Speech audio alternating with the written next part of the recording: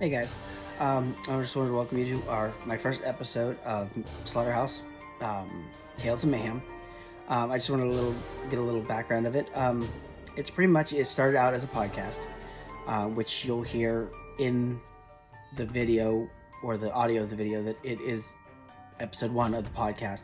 But going after this, it'll be more like this video right now. It'd be just me talking to the camera. But the first episode will be a podcast style. It's recorded, just voice, and I'll put the pictures of what the subject is about. So just sit back and enjoy. Thank you. Welcome to the Slaughterhouse, Cases of Mayhem. My name is Frank, and I'll be your guide in this series. In this podcast, I will be taking you on a journey through true crime cases and dark history from around the world.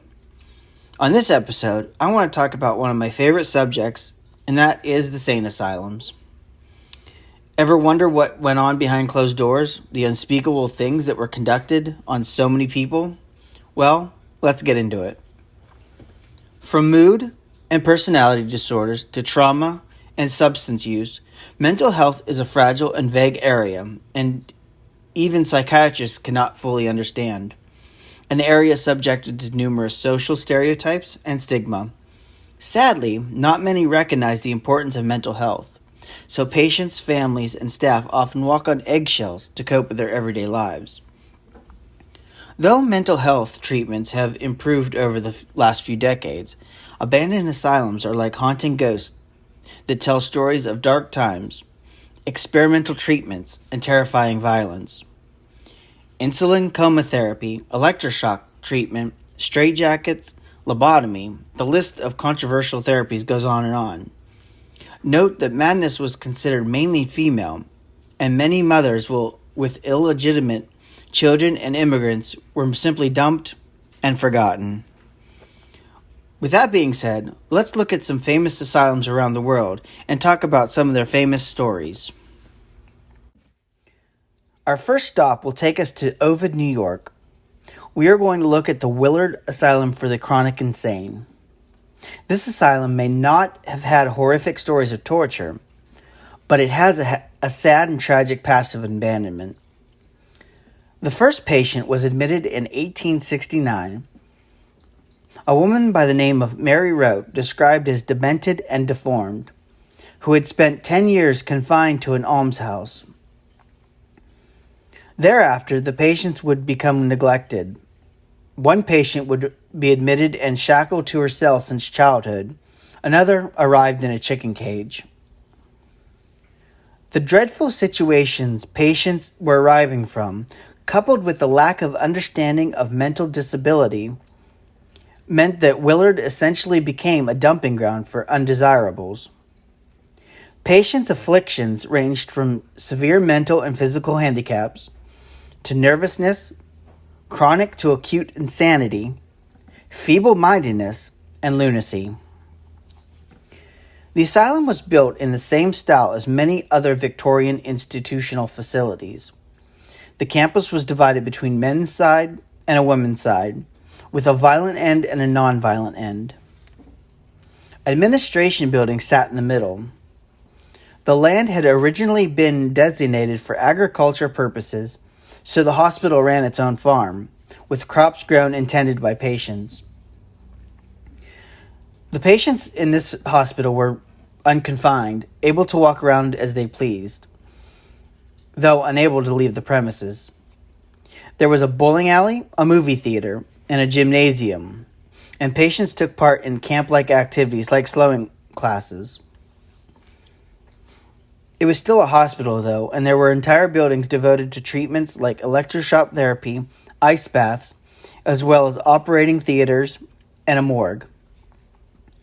A cemetery on the grounds features markers with numbers, no names, for the thousands buried there. Willard Asylum discharged its final patient in 1995 and shut its doors for good. Now some of its buildings are used as training spaces and dormitories for the Department of Correctional, which maintains the grounds, but many of them have been left to rot and are totally unusable. In the abandoned area of the asylum, asylum life has been preserved in artifacts left behind by staff and patients. Willard Asylum is mostly known for their suitcases. When a cleaning person stumbled upon hundreds of dusty suitcases in the attic, brought by patients upon the admittance to the hospital, they contained mementos that pieced together a bittersweet picture of their owners, who were identified on handwritten luggage tags.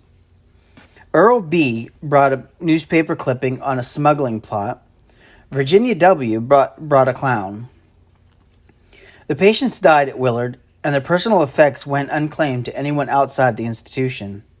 The staff, apparently unable to throw them away, meticulously stored and cataloged the suitcases in the attic. The next one I want to talk about is the most talked about asylum in the United States. Let's take a trip to West Virginia and visit TransAllegheny Lunatic Asylum. This asylum was constructed between 1858, but construction was interrupted by the Civil War in 1861. It is the largest hand-cut stone masonry building in North America, and making it the second largest in the world. It was designed by the renowned architect Richard Andrews, following the Kirkbride plan, which called for long, rambling wings arranged in a staggered formation, assuring that each of the connecting structures received an abundance of therapeutic sunlight and fresh air. The original hospital, designed to house 250 patients, it was opened to patients in 1864 and reached a peak in 1950s with 2,400 patients, in which they were succumbed to deplorable conditions. Changes in the treatment of mental illness and physical deterioration of the facility forced its closure in 1994, inflicting a devastating effect on the local economy. The stories that came out of this place are horrific. The overcrowding that resulted in overworked staff and a decreased emphasis on sanitation. The once bright, clear windows were covered with grime, darkening and furthering chilling the rooms. The wallpaper was peeling from decay, and where it hadn't disintegrated on its own, the patients had torn off in a panic. Worse still were the patients themselves. Those of whom orderlies deemed unable to be controlled had been locked in cages in open spaces, an attempt to make more bedrooms available for less worrisome inhabitants. The asylum had also become a training ground for experimental lobotomies, as Walter Freeman, of the famous surgeon and lobotomy activist, opened shop. Freeman performed some 4,000 lobotomies, leaving sometimes perfectly healthy patients with lasting physical and cognitive damage. His ice pick method, which involves slipping a thin, pointed rod like an ice pick into the patient's eye socket and using a hammer to force it to sever the connective tissue in the brain's prefrontal cortex, resulting in several deaths. After its closure in 1994, the only expanding of the grounds was to expand the cemetery. Today, they offer many tourist activities such as museums and tours to keep the history alive. Many haunted tours are conducted every year during Halloween. The next stop will be Topeka, Kansas. And the asylum we're going to talk about is Topeka State Hospital, formerly known as Topeka State Asylum. It opened its doors in 1872 for the treatment of the mentally insane. By the 20th century, rumors of rape and mistreatment in the hospital had already begun. Over the course of the decades, the hospital became the subject of investigation and unethically chaining patients and neglect. In 1951, the hospital received damaging criticism when it was revealed that John Crabb, a 59-year-old patient, was mentally sane and wrongfully incarcerated in the institution. After this period, the hospital rapidly underwent reforms to improve treatment and ensure correct diagnosis. In 1987, a patient named Kenneth Waddle was transferred to the high-risk ward of the facility. Before the ward was closed, and he was moved to a general population, on the night of February 23, 1992, he attacked and murdered music and activity therapist Stephanie Ulrich after he and a group of other patients were taken off-site to see a movie. While law enforcement did not find the hospital responsible, the incident was a final and damning blow to the reputation of the institution. In 1997, the hospital closed its doors, and as of June 2010, many of the old buildings have been demolished. Let's head over to Danvers, Massachusetts. Opening its doors in 1878 to the mentally ill, Danvers State Hospital is probably best known today for being the set of the psychological horror film Session 9, in which a man on an asbestos cleanup cruise finds himself slowly going insane while working in an abandoned mental facility. It is also believed that this facility was the inspiration for Lovecraft's Arkham Sanatorium and, by extension, the Arkham Asylum in the DC universe. Its location was precarious as it was built upon the spot where Salem witch trials Judge John Hawthorne once lived, adding to its cursed reputation. When Danvers opened, the facility was designed for 450 patients, and the medical staff implemented policies against physical restraints and detailed a plan to cure patients rather than simply house them away from society. Those noble intentions were abandoned by the beginning of the 20th century when the overcrowded hospital housed over 2,000 patients. The overwhelmed staff struggled to maintain control, resulting in the implementation of straitjackets, shock therapy, and lobotomies. The hospital closed its doors in 1992, and it remained an abandoned urban ruin for over 10 years, until it was purchased in 2005 by a developer planning to repurpose it as apartments.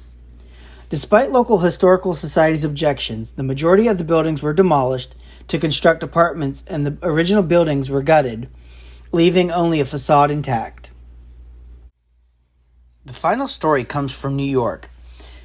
We're heading to the Riverside Hospital, which is located on the Brothers Island.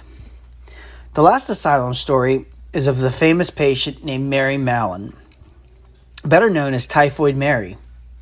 Mary was a carrier of typhoid fever, which means she had the disease, but there were no symptoms or side effects. Yet she could pass it to others. She worked as a cook at various places in Manhattan and Long Island between 1900 and 1907, where she transmitted the infection to several people. As they got sick or died, she would find employment elsewhere. And she was soon questioned by the health officials. Her response was she did not believe she had the disease and admittedly refused to cooperate. In 1907, Mary was taken into custody by police officers, and the health department gave her an ultimatum. Either have your gallbladder removed, which is where typhoid carrier germs lived, or be exiled to the North Brother Island. She refused the surgical operation, which was risky and unpredictable at the time, and was placed at the hospital for 3 years. Mallon resided in a bungalow away from the main hospital buildings and lived alone except for a dog as a companion. After a lengthy court battle, where Mary described her life akin to a prisoner's, she was released from the hospital in 1910. She immediately returned to work as a cook under the pseudonym of Mrs. Brown. At Salone Maternity Hospital, an outbreak of typhoid that consisted of 25 separate cases was eventually traced back to the cook, and officials identified her as the culprit. She was sent back to North Brother in 1915 to live the rest of her life. She began working at the hospital in 1918, becoming a nurse and finally a laboratory assistant.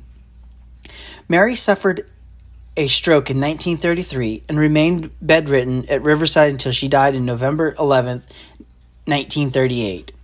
She had infected a total of 47 people, 3 of whom have died from the disease. These are all my favorite asylums and the stories that are associated with them that fascinated me. I know there are many more, so I may make a part 2 in the future.